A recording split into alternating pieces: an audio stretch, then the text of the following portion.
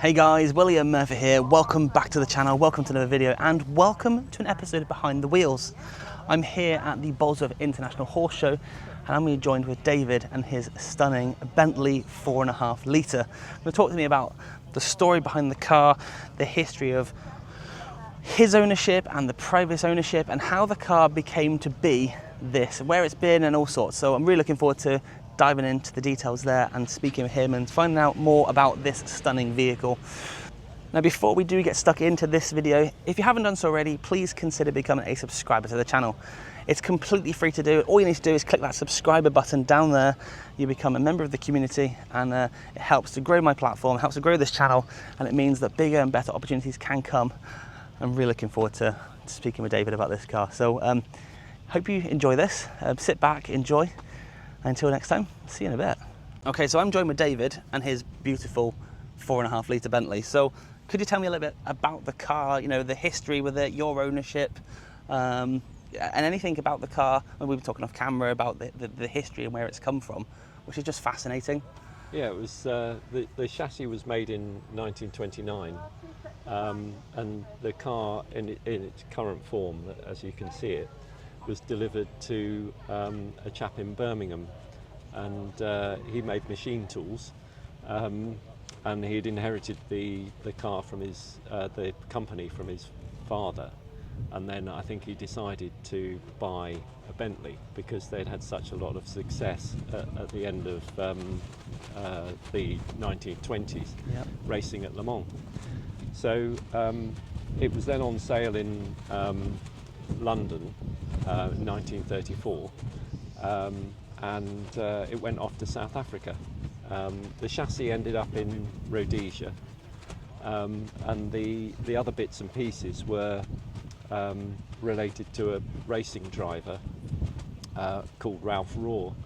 That's R-O-H-R, and he had a different car, but he pranged it in Johannesburg and then scrapped it, and then the chap called Barry Morton bought all the bits from the scrapyard, and he waited until he found this chassis in Rhodesia, brought it back and put all of the 1928 engine and parts onto this car and put the original style of bodywork on it. So it's a parts car in that respect then. Yeah. So but it's a parts car, but in keeping with that era. Yes. So they haven't sort of changed it to a more modern style and. No, everything on it's original. Wow. But I mean, the headlights, I think he must have found them somewhere else. Yeah. Because they're Marshall headlights, Wow. like the James Bond Casino Royale Bentley that Bond was driving. Yeah. It's supposed to light up the road ahead like a tunnel, but it's like two candles really. I mean, back in the day, it probably would have been better than the competitors. Yes, yeah. Can you put modernised bulbs in them, or? I have for the side lights and a couple of the rear lights, the indicators, but the headlights, you can't really get them because they face backwards. Ah, yeah, okay. So and they're a bit funny with the dip beam. Fair enough. So have you had the car long? Since about 2020. Okay, and since you've owned it, have you done anything to it, or just driving it and enjoyed it really? I changed the wheels and Yep. the tyres. I got new inner tubes. It did have 20-inch wheels on it before, so and they were going a bit rusty. So I decided to get new wheels and tyres and inner tubes. Mm-hmm. I've changed the brakes. This chap in the club helped me to get them relined. So you have to take all the shoes off, Yeah. take them somewhere, get them relined, then go and collect them, and then fit them to the vehicle. Yeah. So, and of course, the front brakes you can tighten up completely. Are they adjusting screw on the top, are they? It's on the bottom, it's like a spring thing. Okay. You should tighten them up completely on the front, but on the back you have to use a tension meter to get the right pull off. Yeah, and they're rodded on these, aren't they? So they've got rod brakes. from the pedal rods to the back. So the a little bit less tension, you've got nothing. Is that correct? Yeah, it's actually got a vacuum servo. You can see the rubber bellows there. So that's something very modern. Yeah, it was. I don't know why they fitted it, but you know it helps with braking. Yeah. It's something they put on the Speed 6 cars. I mean, the Speed 6 is a glorious car. Yeah. But I suppose you've got what, 2 litres, or 2 and a bit litres less, 2.5 litres less in here. And that's a 6-cylinder, whereas this is just 4. Oh, it's a 4, okay. 4.5 litre. Yeah, I'll show you. Lift the engine. Oh, look at that. In all its glory. So most people take the fan off because You've got a modern... when you're sitting in traffic, that's when the temperature goes up and the fan's not really doing much. So it used to have a pillar there with a belt drive off the crankshaft. Yeah. So most people fit an electric fan. Yeah. That's the water pump at the front there with the oiler. Yeah. Which is just a half a turn every now and then. With the same as the Derby with the rope seal, is it? Or is it more modernised? Yeah, I think it's the same actually, rope seal. Mm-hmm. That's a mechanical rev counter drive. Yeah. Straight through to the thing. But this is the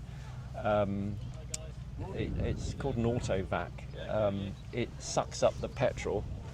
So from the air intake here, it sucks petrol up from the tank, and then when the tank's full and there's a bottom half to this.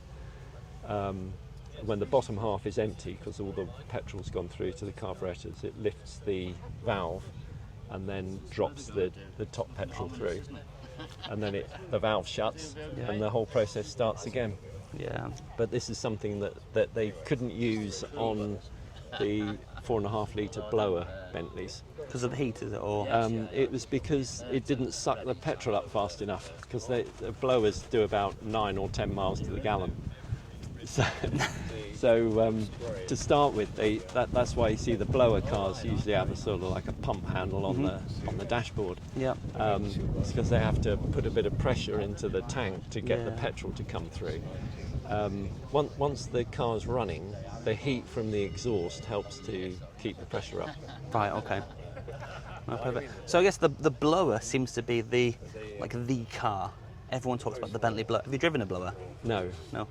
Would you like to drive a blower? I haven't got one, but I wouldn't mind, but it depends what gearbox it's got on it. Right. Okay. I've got a C-type gearbox on this, which is quite forgiving. So if I miss a gear, I can just slow down and then go again, rev it, and then pop it into third.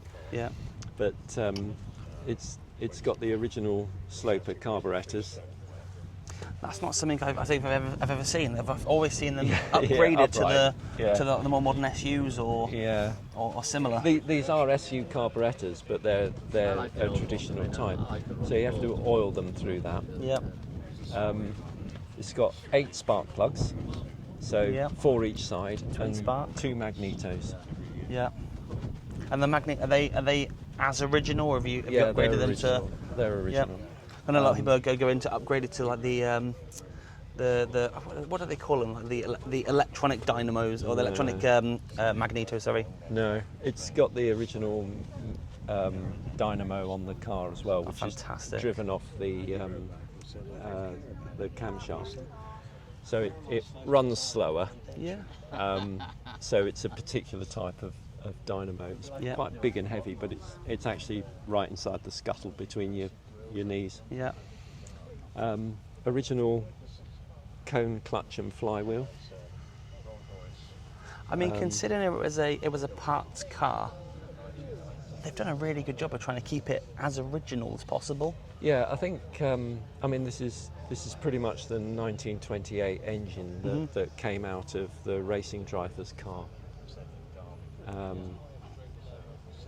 I think pretty much that. I don't know what happened to the original chassis that went to Rhodesia, But I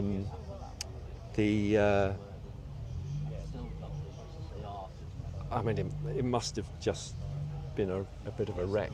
Yeah. So he took the chassis and then put everything from Transferred one to the other. Yeah, transferred everything through. So all the instruments are 1928 instruments. Yeah. And that's it's very that's pictures of Ralph driving his car. Oh wow. Doing a hill climb. I love that the gauges in these, they always remind me of like an old fighter jet. Like they're just, everything is clear and everything is to the point, but the detail in all of the, you know, the lines in between the numbers, and you think, well, yeah, you can sort of imagine yourself being in a cockpit flying a Spitfire or something like that. Yeah, when I get in, I get in like you get into a Sopwith Camel.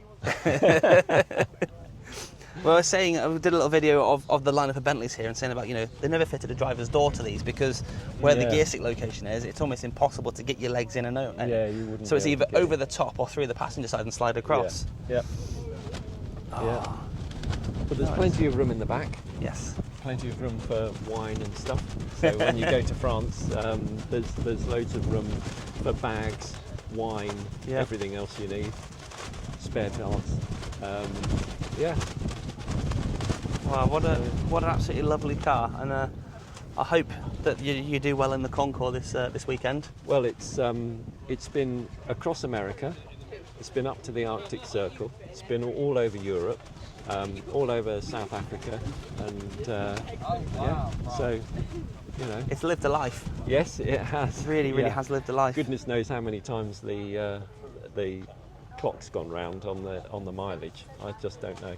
But, it would be amazing to find out. Like you know, we have like a world map, and you can see a digital view of lines of where the car's been. I assume there'd be quite a lot of lines in a lot of places. Yeah. I know, but it's lovely, and it's so great to see it out and being used. And you know, you're saying you do a lot of tours in it, and yes, Swiss Alps and Italian lakes last year. Amazing. And this year we're off to Ireland to do some of the Wild Atlantic Way. Fantastic. That's in September. A couple of years ago we went to the Loire Valley and went all the way along the Loire. It's a very reliable car. Yeah. I mean, these they just keep going and going forever. Yeah. I remember David Price. Remember David? He once said that this is the most economical and green car he's ever owned because it's 100 years old and he's never once had a new chassis or never once had to scrap it and buy a new one. Well, that's right. But he said he gets in it, turns the key, off he goes. Yeah, modern cars, they expect them to last about 10 years. Yeah. You know, this is 97 years old and still going. Well, if I look that good at 97, I'd be very happy. Be very happy. What an absolutely beautiful car, and thank you so much for taking the time to share with me and for everyone else today. So no problem at all. Really appreciate that. Thank you. All right. A massive thank you to David for taking the time and talking to me about his car, the history of the car, and all of the ins and outs that have come along with it. It's lovely to get these behind the wheels series videos out to the public, and I think it's a really good way of getting people to share their stories. I hope you've enjoyed this. I've really enjoyed speaking with David. I'm really looking forward to who else I speak to today. It's a bit of a hot one, although the clouds have just come over, which is very refreshing. So thank you for watching. If you have enjoyed it, hit that thumbs up button, comment down below. If you haven't done so already, as I say, please consider becoming a subscriber to the channel, and I really look forward to bringing future content to you. But until next time, thanks for watching, and I'll see you later. Take it easy.